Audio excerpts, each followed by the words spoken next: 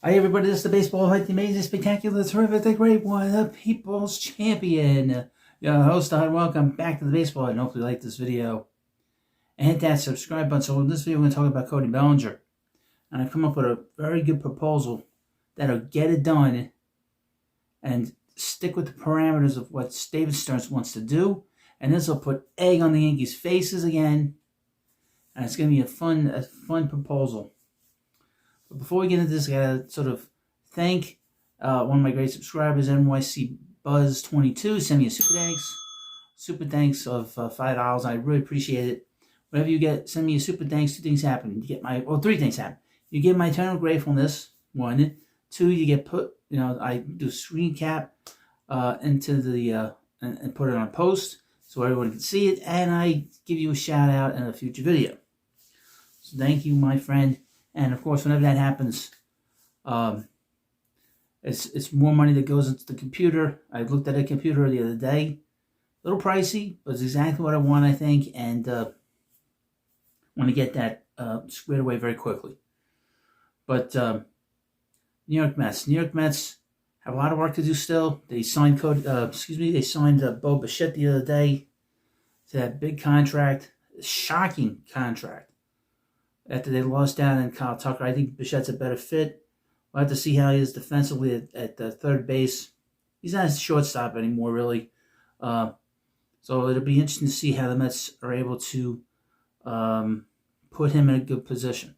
Now, I did a video the other day about Jaron Duran, talking about what the Mets had to do to make a deal for him. And if you watched it, thank you. Okay. I also did a video on Freddie Peralta, which got a lot of views as I'm recording this video. It's still going. And that's a very important move because the Mets need pitching. They need an ace at the top of this rotation. But as you know, they need another hitter in this lineup to sort of cover themselves further. And they need another outfielder. They need a professional player and a guy that is a good clubhouse guy. This offseason, they had to move some people out of here because this, I'm not going to get into it again, but they brought in some very good clubhouse people. Marcus Semien is a great leader. He was the guy that they called captain in Texas. I saw a video about, with Bo Bichette saying that he meant everything to him in his career, especially the 1 year that they played together. Bo Bichette is considered to be a very strong personality, an elite clubhouse guy. It's interesting. But he's been around the game his whole life, with his father and stuff. And Polanco seems to be a guy that's got some qualities, too, that you like. So there's a lot going on here. And Bellinger is another guy that's cut from this cloth of being a very strong clubhouse guy and a very good player, an excellent player. Former MVP, former Rookie of the Year, won a World Series. So he has a lot of hardware. And you have to show him a lot of respect. There was a few years there that was a real struggle. He was dealing with injuries. But the last 3 years have been very solid. And the Mets don't need an all-star in that position. They need a guy that can protect Soto, give this line real weight. A guy that's a very strong defensive player. A guy that can play left field, play center field, play first base a little bit. And he does all that really, really well. And I have a couple of updates. Here's an update for you. And this comes from Bob Klapisch, works for NJ.com. He is one of the more toxic individuals that have ever covered the New York Mets. This is a guy that was hanging out with the 1980s Mets and kept quiet about stuff. And we love those 80s Mets, but they kept quiet about all this craziness that was going on. But yet, whenever we see him in any kind of regards to the New York Mets, it's always all they knew about the limelight. And then he wrote that horrible book about the 90s Mets. This disgusting book that he wrote with John Harper. But anyway, he put this tweet out several hours ago on, as I'm recording this, it's Sunday night, and this will be going up on Monday. But here's his post. Hashtag Yankees have made an internal decision not to engage in a bidding war for Cody Bellinger. If Mets or anyone else swoops in with a blow-away offer, Yankees believe they've made a fair proposal, 5 years, $160 million, 2 opt-outs, they're prepared to let Bellinger walk. Well, that's their right to do. The Yankees are now behind when it comes to offering contracts to teams, to players, excuse me. They're behind the Dodgers and they're behind the Mets. You have to think outside the box. Now, I'm going to give you an outside the box thought. It blows this contract away. And it's in line with the other contracts that have been given out to Kyle Tucker and to Bo Bichette. And again, Cody Bellinger has done more in terms of hardware, personal hardware, than Bellinger or Bichette have done. We know that Tucker has won a World Series with the Astros. We know that Bo Bichette went to the World Series, was 3 outs away from his team winning it. He had a good World Series too, by the way. And he's a clutch hitter, and Tucker's a very good hitter. But like I said, Bellinger has won an MVP. He's won a Rookie of the Year. High-end player, okay? And he played in New York, and he did a good job last year. Batting behind Aaron Judge.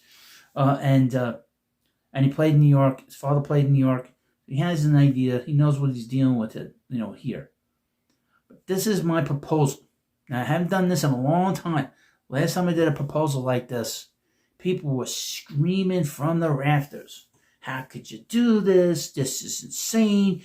That's number one. And you're delusional. That's the number one word that's usually used when you bring up money and you bring up players or trades. You just talk. This ain't real life, okay? That's the thing that annoys me is when you talk about this stuff, we're just talking. We're just talking about trades. This is not real life, okay? This is inside the lines, not outside the lines. It's not that important. So when I read stuff like you're delusional about bringing up a trade, it amuses me. But here's my proposal, nevertheless. So the Yankees offered him 5 years and $160 million. It's roughly about $30 to $32 million over 5 years. Now my proposal, is a rather large proposal, is 3 years. And you can say, 3 years? He's not gonna. And I could see these people writing online, hands on the hips, saying, that's not gonna happen. Well, once I'm done with this, you're gonna realize, well, wait a minute. 3 years, he wants 7 years. He's not gonna get 7 years. If Kyle Tucker, who's younger than him, didn't get even 5 years, he ain't getting 5 years either. And I would not give him 5 years. 3 years is fair with opt-outs. My proposal is the New York Mets will offer him a 3-year contract worth $150 million. That's my proposal. And you give him money to opt out. That's what you do. But this idea, that's not going to happen. Like your hands on your hips, like a fool. But that's my proposal. 3 years, $150 million. It is in line with what Kyle Tucker got. It is in line with what Bo Bichette got. And you sign him for a 3-year contract. He has an opt-out after the first year and an opt-out after the second year. And what this does, it gives the Mets a strong lineup for 2026. If he wants to walk, he walks. Same thing with Bo Bichette. You want to walk, you walk. And you go back out in the market next year. Bellinger's been doing it the last few years. It didn't seem to be a problem for him. Maybe he doesn't want to do that, but he's getting $150 million. That blows for 1 year. The $50 million for 1 year blows the Yankees deal out of the water. And with the possible lockout coming next year and work stoppage, you do it. You do it 100%. 3 years, $150 million. That's delusional, Hut. You're crazy. That's right. No, I mean, it's a good deal. But let me know what you think about that. I had to think about that. It took me about 2 minutes to think about it.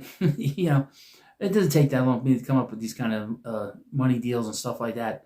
I would mention when I talked about Max Scherzer a few years ago, got pretty close to. Actually, I was underscored the money. I had everything else right.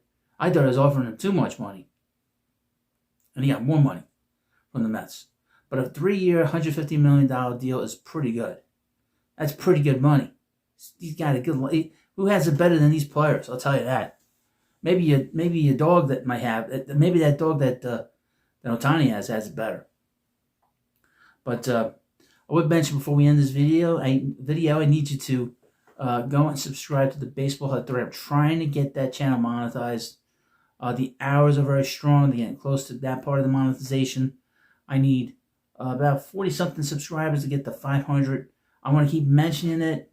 I know that people love me goofing on things and having fun and laughing at the media in particular, which I do there. So I need you to hit that subscribe button. I'll put the link in the description of this video for the Baseball Hut 3. Want to get it monetized? And those videos do awesome. I mean, once I get that sucker monetized, it's going to be great. It's more money to get a computer. That's all I care about. And again, thank you for New York's NYC Buzz 22. Give a little bell. And thank you very much. And of course, let me know what you think about this what you think about this signing. 3 years, $150 million. Cody Bellinger. And I want to thank you for watching. Please subscribe to the Baseball Hut, and I'll see you later.